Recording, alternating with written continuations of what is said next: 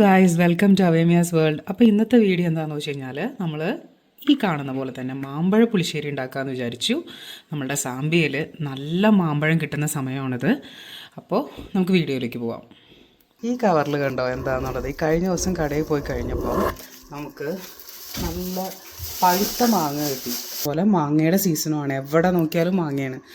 അപ്പോൾ അങ്ങനെ പഴുത്ത മാങ്ങ കിട്ടിയപ്പോൾ ഞാൻ വിചാരിച്ചു, നാട്ടിലെ പോലെ വളരെ ചെറിയ മാങ്ങയല്ല, ഞാൻ വിചാരിച്ചു ഇത് വെച്ചിട്ട് മാമ്പഴ പുളിശ്ശേരി ഉണ്ടാക്കിയാലോ എന്ന്. എന്തായാലും ഇത് നന്നായിട്ടൊന്ന് കഴുകിയെടുക്കട്ടെ കേട്ടോ.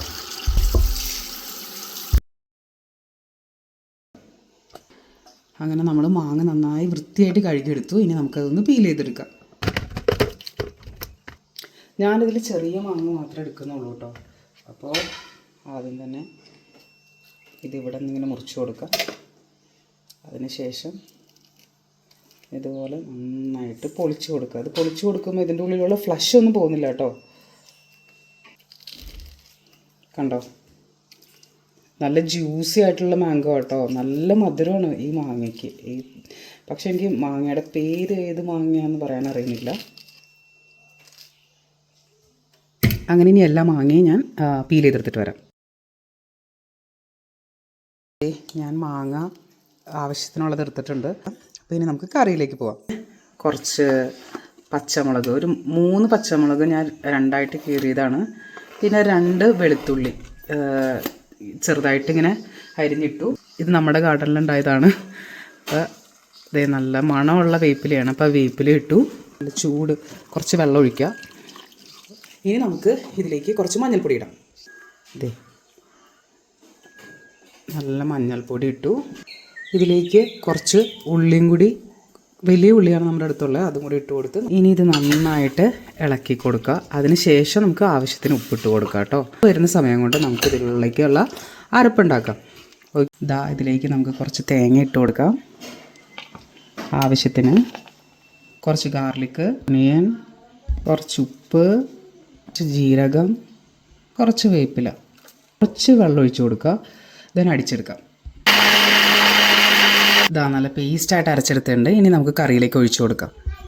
ഇതാ ഞാനിപ്പോൾ നന്നായിട്ട് അരച്ചെടുത്തിട്ടുണ്ട്. അപ്പോൾ ഈ അരച്ചെടുത്ത അരപ്പ് നമുക്കിതിലേക്ക്, ഈ തള വന്നതിലേക്ക് നമുക്കിങ്ങനെ ഒഴിച്ചു കൊടുക്കാം. ഈ മാങ്ങ നന്നായിട്ട് നമ്മളിപ്പോൾ അരപ്പൊഴിച്ച് നല്ല രീതിയിൽ ഒന്ന് ചെറുതായിട്ടൊന്ന് ഇളക്കി കൊടുക്കാം.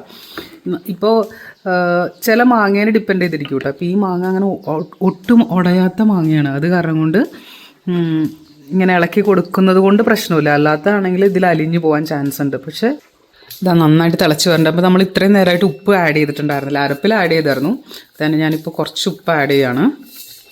നമുക്കിനി ഇതിലേക്ക് നല്ല കട്ട തൈര് ആഡ് ചെയ്ത് കൊടുക്കും.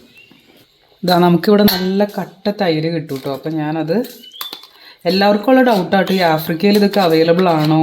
ഈ മാങ്ങ എല്ലാത്തിലും കിട്ടുന്ന ഒരുവിധം എല്ലാ ഫ്രൂട്ട്സും നമുക്കിവിടെ അവൈലബിൾ ആണ്. അത് പലർക്കുള്ളൊരു ഡൗട്ടാണ്. ഇതൊക്കെ നിങ്ങൾക്ക് കിട്ടും? ഞങ്ങൾക്ക് നാട്ടിൽ കിട്ടുന്നതിനേക്കാളും ഫാസ്റ്റായിട്ട്, അല്ലെങ്കിൽ അതിന് മുൻപേ നമുക്കിവിടെ കിട്ടാറുണ്ട്. ചക്കയായാലും മാങ്ങയായാലും എല്ലാ കാര്യങ്ങളും. ഓക്കെ, ഞാവൽപ്പഴമായാലും. കണ്ടോ, ഇത് നല്ല കട്ട തൈരാണ്. ഇതും നമുക്ക് ഫ്രഷ് ആയിട്ട് ഉണ്ടാക്കി തരുന്ന ഒരു സ്ഥലമുണ്ട് കേട്ടോ ഇവിടെ. ഇപ്പോൾ ഹോംലി ആയിട്ടുള്ളത്. അപ്പോൾ അവിടെ നിന്നാണ് നമ്മളിത് കളക്ട് ചെയ്യുന്നത്. ഇനി നമുക്കിത് നന്നായിട്ടൊന്ന് ലംസ് ഒന്നും ഇല്ലാത്ത രീതിയിൽ നന്നായിട്ടൊന്ന് ഉടച്ചെടുത്ത് സ്റ്റൗവ് ഓഫ് ചെയ്തതിന് ശേഷം നമുക്ക് ഇതിനെ അതിലേക്ക് ആഡ് ചെയ്ത് കൊടുക്കാം. ഇതിപ്പോൾ തിളച്ചുകൊണ്ടിരിക്കുന്നത് നമ്മുടെ സ്റ്റൗവിൻ്റെ ആ ചട്ടിയുടെ ചൂടുള്ളത് കൊണ്ടാണ്. ഞാനിനി ഇതിലേക്ക് ആഡ് ചെയ്ത് കൊടുക്കാം കേട്ടോ. ഇളക്കി കൊടുക്കാം. നമുക്ക് ശരിക്കും ഒരു ഡെസേർട്ട് പോലെ നമുക്ക് കഴിക്കാൻ പറ്റുന്ന ഒരു സംഭവം കേട്ടോ. അത് അത്ര ടേസ്റ്റാണ്. ഞാനിത് പറയാൻ കാരണം, നമുക്ക് ഒരു രീതിയിലും മധുരം ആഡ് ചെയ്യേണ്ട ആവശ്യമില്ല. കണ്ടോ, നല്ല സെറ്റായി വന്നിട്ടുണ്ട്. ഇനി നമുക്കൊരു ഫൈനൽ ടച്ചും കൂടി ഉണ്ട്. നമുക്കിതിലേക്ക് കാച്ചി ഒഴിക്കണം.